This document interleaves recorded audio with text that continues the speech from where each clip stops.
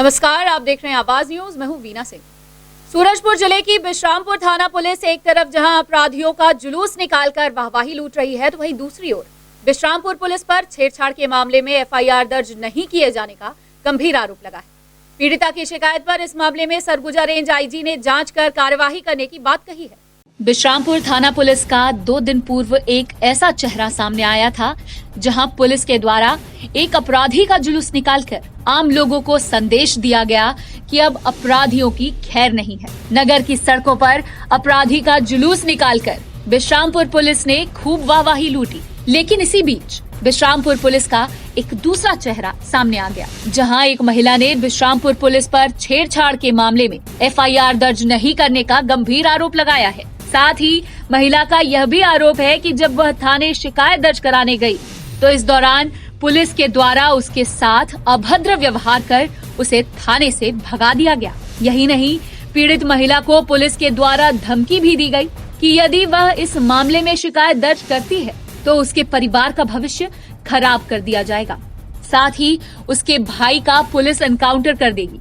दरअसल बिश्रामपुर निवासी एक पीड़ित महिला परिवार के साथ अपनी फरियाद लेकर अंबिकापुर स्थित आईजी कार्यालय पहुंची थी।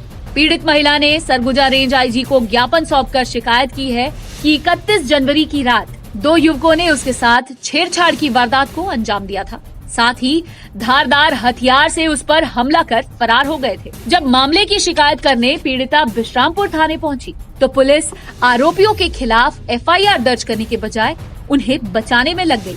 यही नहीं, पुलिस कर्मियों के द्वारा पीड़िता पर दबाव भी बनाया गया कि इस मामले से दूरी बनाकर रखे, अन्यथा इसका खामियाजा पीड़िता के परिजनों को भुगतना पड़ेगा। पीड़िता की शिकायत पर सरगुजा रेंज आईजी ने मामले को गंभीरता से लेते हुए जांच कर कार्यवाही करने का आश्वासन दिया है। बहरहाल पीड़िता द्वारा लगाए गए आरोपों से अंदाजा लगाया जा सकता है कि एक तरफ जहां पुलिस सड़क पर उतरकर वाहवाही लूटने में लगी हुई है, तो वहीं दूसरी ओर थाने के भीतर पुलिस का चेहरा कुछ और ही है। सर, हम लोग जा रहे थे, हम लोग अपने घर सोने जा रहे थे तो वहाँ पे 2 लड़के आए, मुझे छेड़छाड़ करने लगे। मेरे चुन्नी ने हाथ पकड़ा, मेरे आंगन से खींचते हुए मुझे लाए और इतना मना करने के बाद मेरा हाथ पकड़ा। सर देखिए, यहाँ चाकू से भी मुझे मारे हैं। इतना हम लोग बोले जाके थाना में जाके कंप्लेन किए तो वहाँ से हम लोग को भगा दिया गया गाली दे के थाना में।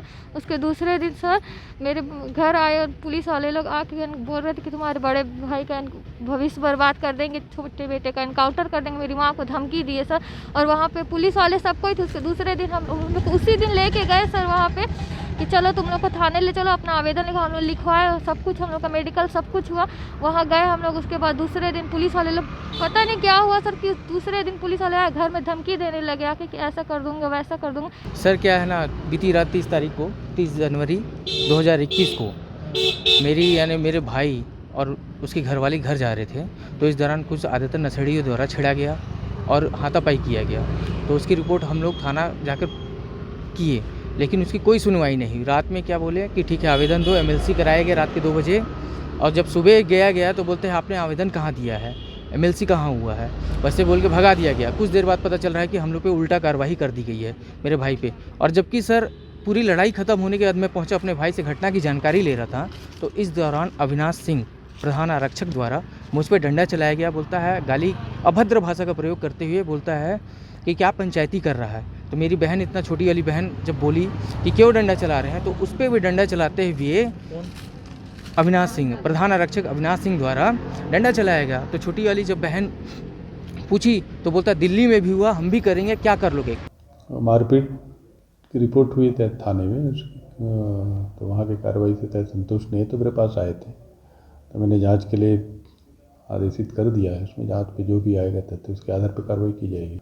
नहीं, उसमें जैसे तथ्य आएंगे ना जांच के बाद में। अंबिकापुर शहर की किन्नर अक्षरा मंडल का सपना पूरा होते दिख रहा है।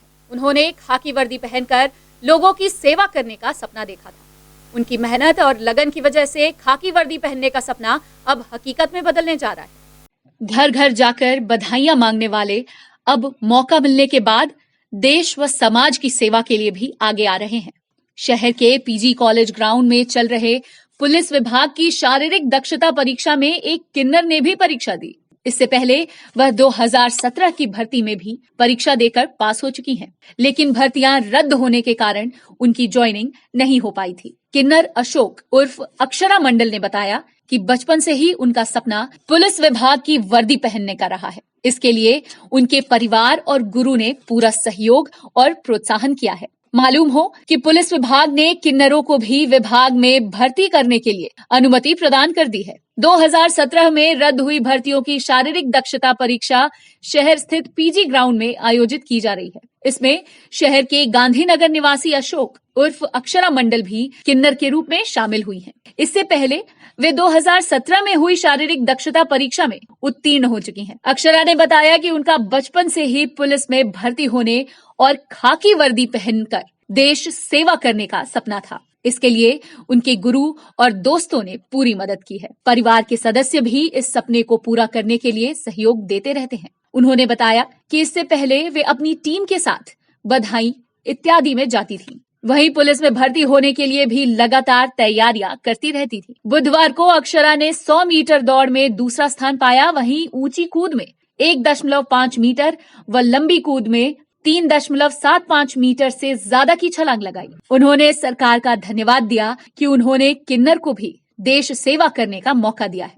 वहीं उन्होंने कहा कि इससे समाज में लोगों का किन्नरों के प्रति सोच और नजरिया चेंज होगा। अब वे लोगों को बता सकेंगी कि किन्नर सिर्फ बधाई ही नहीं बल्कि समाज व देश की सेवा में भी अग्रणी योगदान दे सकते हैं। मुझे बचपन से ही शौक था कि पुलिस वाले लोगों को देख के कि मैं पुलिस की वर्दी पहनूं और देश की सेवा करूं वर्दी पहन के। छत्तीसगढ़ में पहली बार ही ऐसा मौका मिला है मेरे को कि वर्दी पहन के देश का सेवा कर सकूं मैं। मुझे बहुत खुशी हो रही है कि छत्तीसगढ़ शासन ने हमारे लिए इतना कुछ सोचा। उसमें पहले तो 100 मीटर दौड़वाए, उसमें निकल गई। फिर उसके बाद ऊंची कूद, उसमें भी निकल गई। फिर लंबी कूद के लिए लेके गए, उसमें भी निकल गई। फिर हुआ गोला फेंक, उसके बाद हुआ 800 मीटर दौड़। आगे लगता है अब छत्तीसगढ़ से मैं ही भरी हूँ, तो देखा जाए, देखते हैं क्या होता है, सरकार का क्या वो रहता है। बलरामपुर जिले में इन दिनों खनिज विभाग की मिलीभगत से खुलेआम ओवरलोड रेत परिवहन का खेल चल रहा है। रेत माफियाओं के गोरख धंधे की वजह से एक तरफ जहां सड़क जर्जर हो रही है, वहीं दूसरी ओर शासन को राजस्व का नुकसान हो रहा है। बलरामपुर जिले में रेत माफियाओं के हौसले बुलंद है। खुलेआम रेत माफिया खनिज विभाग की शह पर ओवरलोड रेत का परिवहन कर रहे हैं। खनिज विभाग और रेत माफियाओं की मिलीभगत का अंदाजा इस बात से लगाया जा सकता है कि धनवार स्थित जांच नाका पर धड़ल्ले से दिन दहाड़े ओवरलोड रेत का परिवहन किया जा रहा है। बावजूद इसके खनिज विभाग ओवरलोडेड वाहनों को पकड़ने के बजाय नजरअंदाज करने में लगा रहता है, जिसका खामियाजा शासन को उठाना पड़ रहा है। करोड़ों के राजस्व का नुकसान रेत माफियाओं के काले कारनामे की वजह से शासन को हो रहा है। वहीं ओवरलोडेड वाहनों की वजह से सड़क भी जर्जर हो रही है, जिससे आम जनता भी परेशान है। अवैध रेत परिवहन को लेकर भाजपा के जिला पंचायत सदस्य ने भी प्रशासन पर सवाल उठाया है। जिला पंचायत सदस्य का आरोप है कि रेत माफियाओं के सामने प्रशासन नतमस्तक है, जिसका फायदा रेत माफिया उठा रहे हैं। गौरतलब है कि सूरजपुर जिले के भैंसामुड़ा रेत खदान से रेत माफिया ओवरलोडेड रेत का परिवहन कर बलरामपुर जिले में प्रवेश करते हैं और इसके बाद रेत को खपाने के लिए उत्तर प्रदेश की ओर रवाना हो जाते हैं। हैरत की बात तो ये है कि रेत माफियाओं की ओवरलोडेड वाहन वोड्रफनगर पुलिस चौकी और बसंतपुर थाने के सामने से होकर गुजरती है। बावजूद इसके पुलिस के द्वारा भी अवैध परिवहन के खिलाफ कार्यवाही नहीं की जाती है। रेत का अवैध परिवहन करने वाले ट्रक ड्राइवरों का खुद मानना है कि रेत माफियाओं की सेटिंग की वजह से धनवार में आरटीओ बैरियर से लेकर पुलिस चौकी और थाने में रेत का परिवहन करने वाले वाहनों की जांच नहीं की जाती है। ये सर हम बालू ले जा रहे हैं, ये सर बनारस। सेटिंग होगा उन लोगों का, वो जाने उनका काम है, उनका वो जाने, लेकिन गाड़ियाँ तो ओवरलोड है ही है, बिना सेटिंग कहाँ होगा। अब घाट मालिक जाने क्या सेटिंग है क्या नहीं। सेटिंग अब लोग जाने, घाट मालिक जाने, सब वो सेटिंग घाट मालिक का सेटिंग है सब।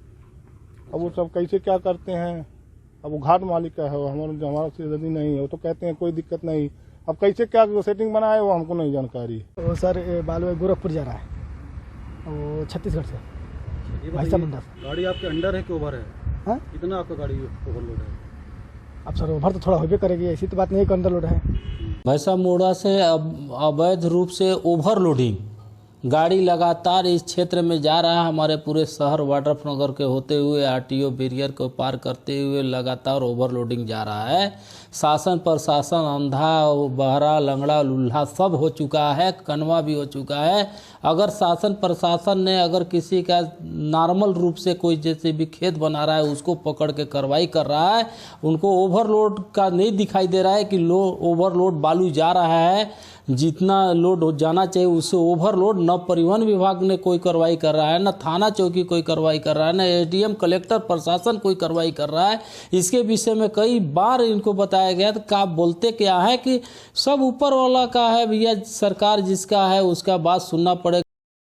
कोतवाली पुलिस को एक बड़ी सफलता हाथ लगी है। पुलिस टीम ने प्रतिबंधित कफ सिरप के साथ 2 आरोपियों को गिरफ्तार किया है। पुलिस ने आरोपियों के खिलाफ एनडीपीएस एक्ट के तहत कार्यवाही कर उन्हें जेल भेज दिया है। कोतवाली पुलिस की टीम ने पेट्रोलिंग के दौरान नशीली दवाइयां बेचने की फिराक में घूम रहे 2 आरोपियों को मुखबिर की सूचना के आधार पर गिरफ्तार किया है। पुलिस को सूचना मिली कि आयान मार्ग के पास कार सवार 2 व्यक्ति प्रतिबंधित नशीली दवा बेचने की फिराक में घूम रहे हैं। इसके बाद पुलिस की टीम ने आरोपियों को घेराबंदी कर कार सहित धर दबोचा। तलाशी के दौरान पुलिस ने आरोपियों के पास से 111 नग कफ सिरप बरामद किया है। वहीं आरोपियों की शिनाख्त इमलीपारा निवासी मोहम्मद गुरफान सिद्दीकी व सीतापुर निवासी नसीम खान के रूप में हुई है। जी, अभी हमारे वरिष्ठ अधिकारियों के मार्गदर्शन में अंबिकापुर शहर में लगातार नशेड़ियों के ऊपर कार्रवाई की जा रही है। इसी परिप्रेक्ष्य में बीते कल दिनांक को हमारा पुलिस पेट्रोलिंग गश्त पे थी और एक अल्टो कार में पुलिस पेट्रोलिंग को देखकर लोग अलग टाइप से व्यवहार करने लगे, भागने लगे। उनका पीछा किया गया, जहां पर्रा डांड में उसको पकड़ने पे उनकी गाड़ी की तलाशी ली गई। वहां पे कोरेक्स कफ सिरप उनसे बरामद किया गया। तो मोहम्मद गुफरान सिद्दीकी और नसीम खान दोनों को एनडीपीएस एक्ट के तहत कार्रवाई कर न्यायिक रिमांड में न्यायालय पेश किया गया है। कीमत कार और कोरेक्स को मिला के 2,20,000 की संपत्ति जब्त। खबरों का सिलसिला जारी रहेगा। लौटते हैं एक छोटे से ब्रेक के बाद।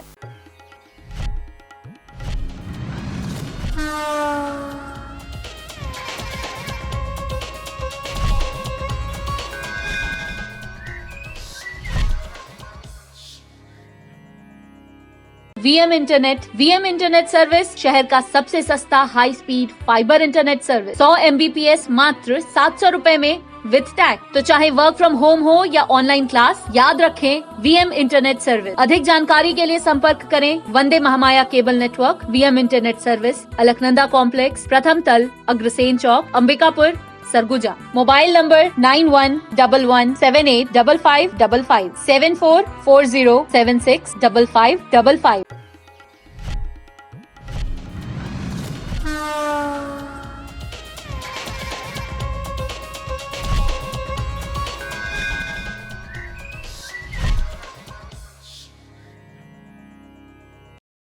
ब्रेक के बाद आपका स्वागत है।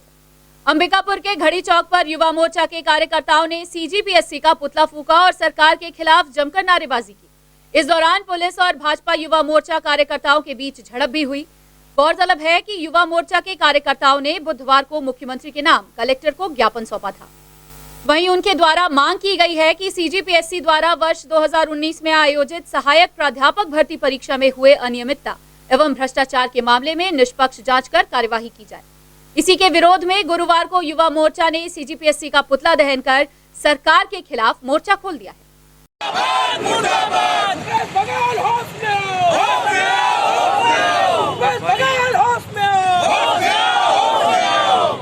भारतीय जनता युवा मोर्चा के प्रदेश आह्वान पर कल 3 तारीख को हम सब युवा मोर्चा के कार्यकर्ता ज्ञापन सौंप करके कलेक्टर को लोक सेवा में सहायक प्राध्यापक की भर्ती को लेकर के जिस प्रकार की अनियमितता पाई गई है, जिस प्रकार के भ्रष्टाचार पाए गए हैं कांग्रेस सरकार के द्वारा, उस भ्रष्टाचार को लेकर के हम सब युवा मोर्चा कार्यकर्ता कलेक्टर को ज्ञापन सौंपे थे और चेतावनी दिए थे कि 4 तारीख को हम सब युवा मोर्चा के कार्यकर्ता पुतला दहन करेंगे लोक सेवा का। और उसके तारतम्य में हम सब आज युवा मोर्चा के कार्यकर्ता अपनी पूरी टीम के साथ यहाँ पर आकर के और पुतला दहन किए हैं और ये कांग्रेस की सरकार जो भ्रष्ट सरकार बैठी हुई है, भूपेश की जो भ्रष्ट सरकार बैठी हुई है, उसको युवा मोर्चा आप सबके माध्यम से ये चेतावनी देती है कि आने वाले दिनों में इस तरीके की अगर भ्रष्टाचार की गई तो इसका और जम करके विरोध किया जाएगा।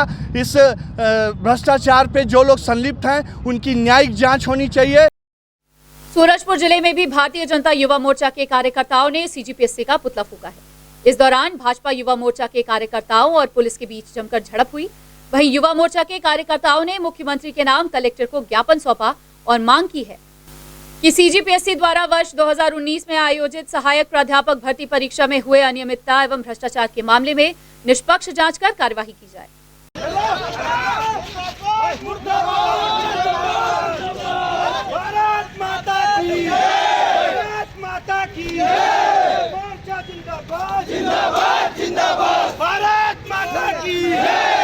बताना चाहता हूं कि जब से छत्तीसगढ़ प्रदेश में कांग्रेस की सरकार बनी है, भूपेश बघेल के नेतृत्व वाली सरकार बनी है, तब से लगातार इस प्रदेश में अव्यवस्था देखने को मिल रही है।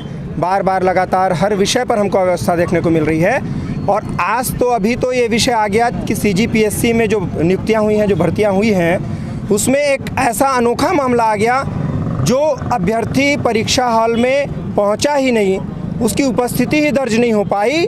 निश्चित रूप से उस अभ्यर्थी को ये साक्षात्कार के लिए बुला लिए चयन करके, जिसका विरोध पूरे छत्तीसगढ़ में भारतीय जनता युवा मोर्चा के प्रदेश अध्यक्ष सम्माननीय अमित साहू जी के नेतृत्व में हो रहा है। और इसी तारतम्य में आज का कार्यक्रम आयोजित था। जिस अभ्यर्थी के पीछे अनुपस्थित व्यक्ति का चयन हो गया है, उसके सामने वाले अभ्यर्थी ने इस मामले को उठाया था और इसी को विषय को संज्ञान में लेकर के भारतीय जनता युवा मोर्चा यहाँ पर है। और जब छत्तीसगढ़ पीएससी से बात की जाती है तो छत्तीसगढ़ पीएससी की सफाई पेश करते हैं वो कि हमने वीडियोग्राफी नहीं कराया है, जबकि हाई कोर्ट का स्पष्ट निर्देश था कि हर एग्जाम में वीडियोग्राफी होनी चाहिए। सूरजपुर जिले में अंतर्राष्ट्रीय कैंसर दिवस के अवसर पर जिला चिकित्सालय में कलेक्टर के द्वारा कीमोथेरेपी वार्ड का उद्घाटन किया गया। इस दौरान जिला स्वास्थ्य अधिकारी एवं जनप्रतिनिधि भी उपस्थित रहे। स्वास्थ्य मंत्री टीएस सिंहदेव के द्वारा कैंसर रोगियों को प्रदेश के भीतर ही उपचार सुविधा उपलब्ध कराने के लिए प्रदेश के सभी जिला अस्पतालों में 5 बेड का कीमोथेरेपी वार्ड विकसित करने की घोषणा की गई थी। वहीं सूरजपुर में अंतर्राष्ट्रीय कैंसर दिवस के अवसर पर जिला चिकित्सालय में कलेक्टर रणबीर शर्मा व जनप्रतिनिधियों की मौजूदगी में दीर्घायु कीमोथेरेपी वार्ड का उद्घाटन कर जिले को एक बड़ी सौगात दी गई है। मुख्य चिकित्सा एवं स्वास्थ्य अधिकारी डॉक्टर आर.एस. सिंह ने बताया कि इस व्यवस्था के आरंभ हो जाने से कैंसर रोगियों को स्थानीय स्तर पर ही उपचार की सारी सुविधा मिलने लगेगी। उन्हें रायपुर या प्रदेश के बाहर जाकर आर्थिक बोझ नहीं उठाना पड़ेगा। कैंसर पीड़ितों को कम खर्च में ही विशेषज्ञ चिकित्सकों की सेवाएं मिल सकेंगी और समय समय पर निःशुल्क कीमोथेरेपी भी दी जाएगी। आज सूरजपुर जिले के जिला चिकित्सालय में जनप्रतिनिधि साथ में कलेक्टर महोदय के कर कमलों के द्वारा दीर्घायु एवं कीमोथेरेपी वार्ड का उद्घाटन किया गया है। इसमें मुख्य रूप से जो कैंसर मरीज हैं और जिनको रायपुर में डायग्नोस होने के बाद उनको इंजेक्शन लगता है, उसके लिए ये व्यवस्था की गई है। और ये सेवा सूरजपुर ज़िले में सभी कैंसर मरीजों के लिए निःशुल्क रहेगा। और अभी एक मरीज को हम लोग आज कीमोथेरेपी दे भी रहे हैं। साथ में 8-10 लोग वहाँ पे और आए हुए हैं, तो उन लोगों को भी निःशुल्क इलाज किया जाएगा। सरगुजा जिले के रघुनाथपुर प्राथमिक स्वास्थ्य केंद्र में आसरा इंस्टीट्यूट ऑफ नर्सिंग कॉलेज जरहाडीह के 77 छात्र एवं छात्राओं को कोरोना वैक्सीन लगाई गई। वहीं कॉलेज के डायरेक्टर जयप्रकाश सिंह, प्राचार्य मिनी तिर्की सहित समस्त स्टाफ को भी कोरोना टीका लगाया गया।